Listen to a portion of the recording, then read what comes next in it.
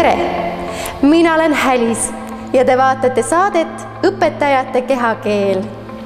Õpetajale on suhtlemine samasugune tavategevus kui kalale ujumine või linnule lendamine. Suhtlemise põhisisuks on kahe või enama inimese vahel sõnalise või sõnatu keele vahendusel loodav kommunikatsioon. Tänane teema on sõnatu eneseväljendus ehk mitteverbaalne eneseväljendus, mis toimub visuaalsete vahenditega nagu miimika, žestid, poosid, ruumis liikumine, pilgusuund ja prokseemika. Palusime õpilastel kommenteerida õpetajate mitteverbaalset eneseväljendust. Ja nüüd vaadakem kõik koos, missugust informatsiooni õpetajad õpilastele kehakeeles tegelikult edastavad.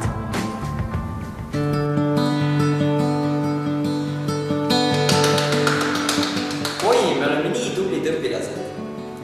Te olete nii toredad õpilased küll, aga olge nüüd vait. Ta sai Facebookis uue sõbra. Üllatus, kohe teeme kontrolltöö.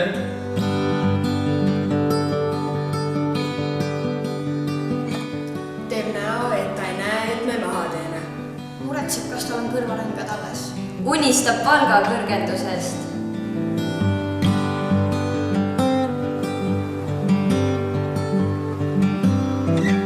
Issand, kui lollid õpilased tänapäeval on.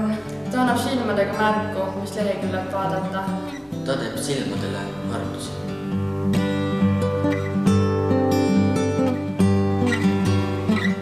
Ma arvan, et ta ei julge avalikult naerda, kuna see ei ole sobilik. Raudselt rääkis mõne õpilane rokkvalertooni. Ta kaitseb end raamatu taha pugemisega.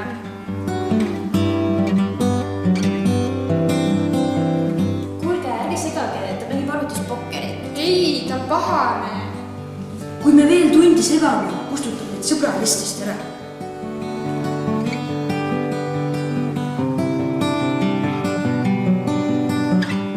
Õpilased tekitavad allergiat. Ärge ajage neid närvi. Õpetaja käis maal ja sai kirbud.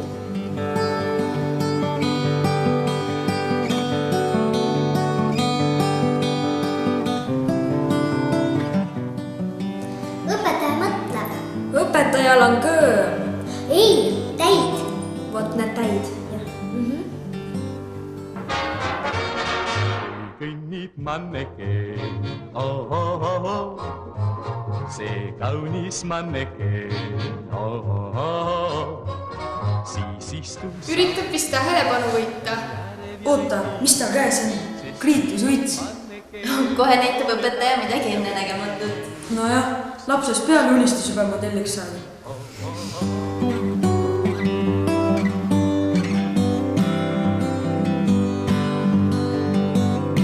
Õpetaja teeb vihje, et on kaalust alla võtnud.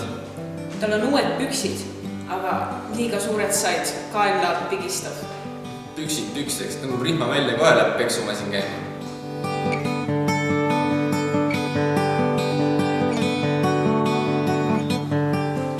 Kas te kuulete mind või ei? Ma arvan, et õpetaja on väga vihane.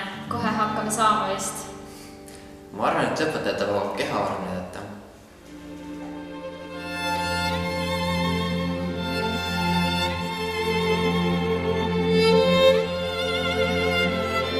Meil on vist tõesti ikka väga igav klass. Ma arvan, et klassis loetakse Kalevipoega. Õpetajal oli karm nädalavahetus. Ju ta ootab pesupäeva. Õpetaja on ebakindel, ta kardab neid. Aga äkki ta mõtleb, et kas ta teeb õhtusöögiks makarone või spagette. Õpetaja kujutab ette, et ta kägistab õpilasi.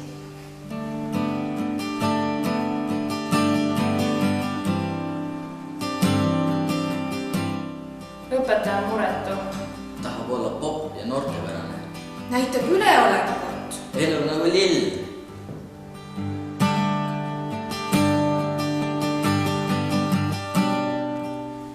Õpetaja on väsinud.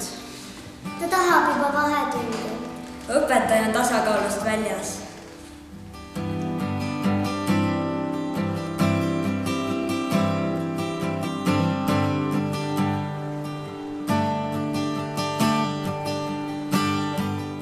E-kool ajab teda hulluks. õpetaja on mega närvis. ootab söögi vahetundi, tal on kõht vist ikka väga tühi.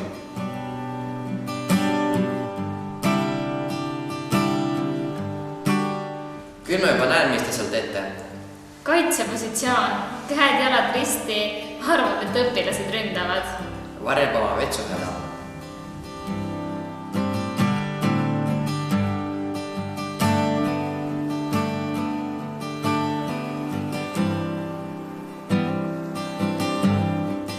õpetaja tal massaaži. näitab oma säärejooksu. vaatab netist midagi erootilist.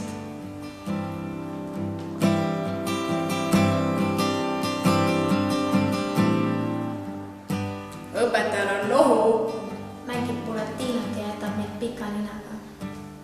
Vanarahvas teadis rääkida, et nina näppimine tähendab, et saab juua kalja.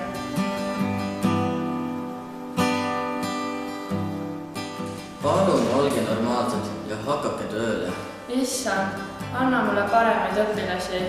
palub palgatõusu.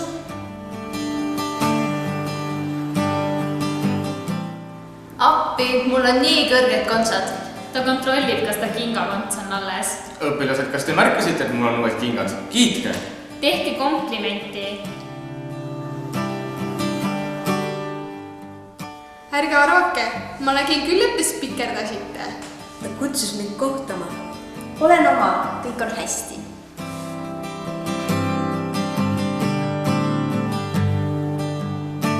minge minema. Te ei meeldi mulle, uks on seal. õpetaja tantsib.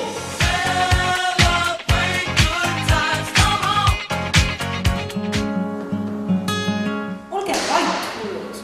kui teid kohe vait jääb, panen teile raamatukogu pähe. ma arvan, et õpetaja ütleb, ära mõtle, kohe ütle.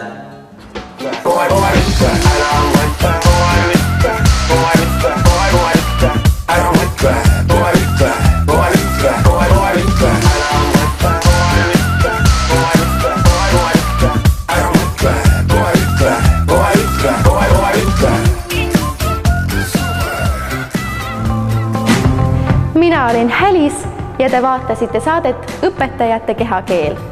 Tänases saates vaatasime õpetajate mitteverbaalset suhtlemist. Järgmisel korral aga käsitleme juba verbaalset. Kohtumiseni!